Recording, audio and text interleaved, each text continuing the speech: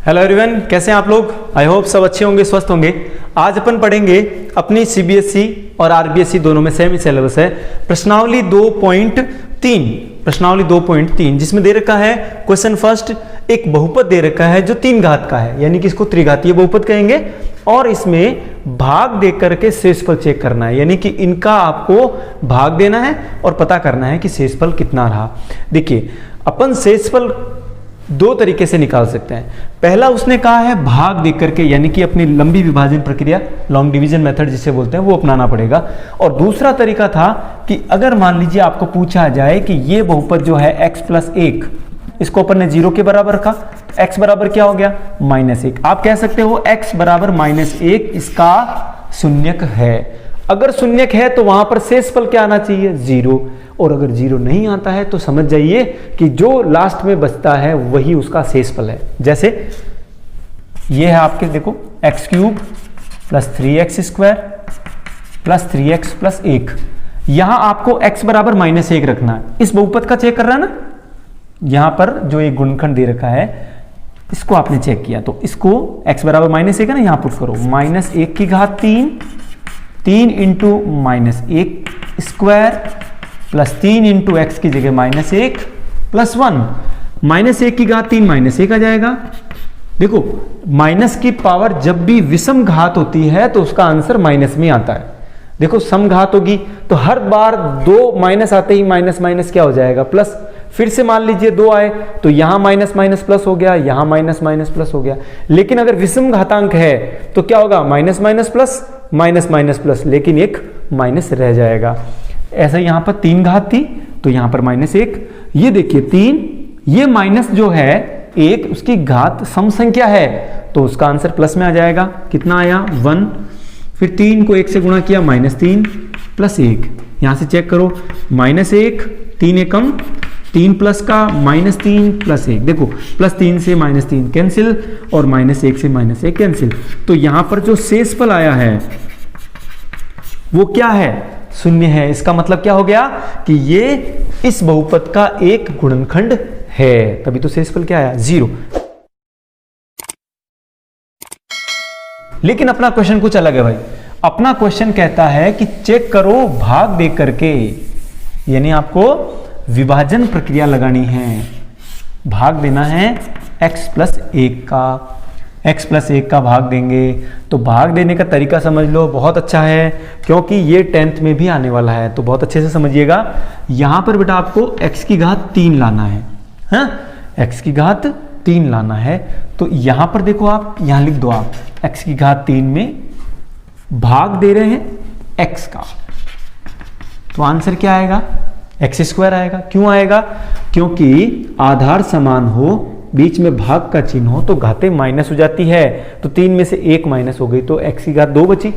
तो आपने लिखा पहला जो इसका भागफल होगा वो x² हो जाएगा। तो x² को x से गुणा किया तो x³ आना है, फिर x² को 1 से गुणा करेंगे तो 1x² आ जाएगा। इसके बाद हमेशा चिन्ह क्या करना है, आपको चेंज करना है, चिन्ह परिवर्तन, या आप यहां पर ये भी लिख सकते हैं, घटाने पर हम क्या कर रहे हैं, माइनस कर रहे हैं, तो ये माइनस हो जाएगा, ये भी माइनस। इनका मतलब चिन्ह क्या कर देना है, चेंज। प्लस वाले हैं तो माइनस बन जाएंगे, माइनस वाले हैं तो प्लस बन जाएंगे। ये x³ से x³ कट, क्योंकि ये प्लस का और ये माइनस का कट गया। 3x² तो है प्लस का और माइनस का 1x² है, तो 3 में से 1 चला जाएगा तो 2x²। बाकी के दोनों पदों के नीचे चिन्ह घटाने के लिए कुछ भी नहीं है, तो वैसा का वैसा नोट कर लो, तो 3x + 1। यहां तक बात समझ में आई।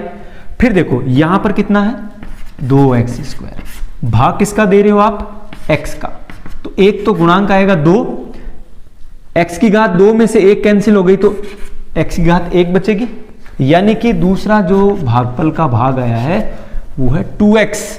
फिर ये 2x को x से गुणा करोगे तो 2x की घात 2 आ जाएगी, x की घात 1 और 1 2, जब गुणा होते हैं आधार समान हो तो घातें जुड़ जाती है, तो 2x × x हो गया x²। ये 2x 1 से भी गुणा होगा तो 2x। फिर क्या करना है, घटाने पर हमेशा घटाना है, चिन्ह क्या हो जाएगा, चेंज। ये 2x² प्लस का, ये माइनस का, हमेशा कटेगा। फिर 3x है प्लस का, नीचे है 2x माइनस का, तो 3 में से 2 जाएंगे तो 1x बच जाएगा, साथ में है +1। यहां तक अच्छे से आ रहा है समझ में। फिर देखो ये वाला पद जो है वो x, यहां पर भी भाग किसका दे रहे हैं, x का।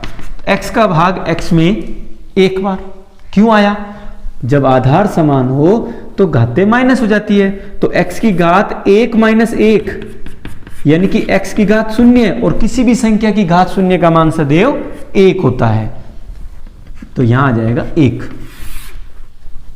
ठीक है यहां तक।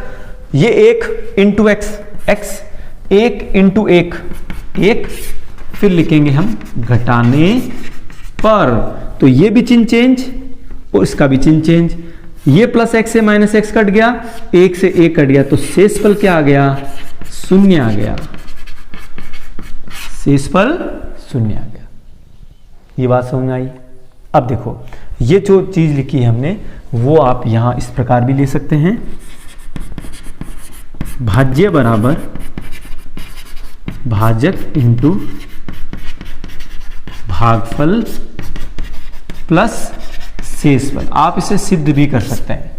ठीक है, वैसे अपना आंसर आ गया, पूछा गया था कि शेषफल ज्ञात कीजिए, तो इस केस में जो शेषफल आएगा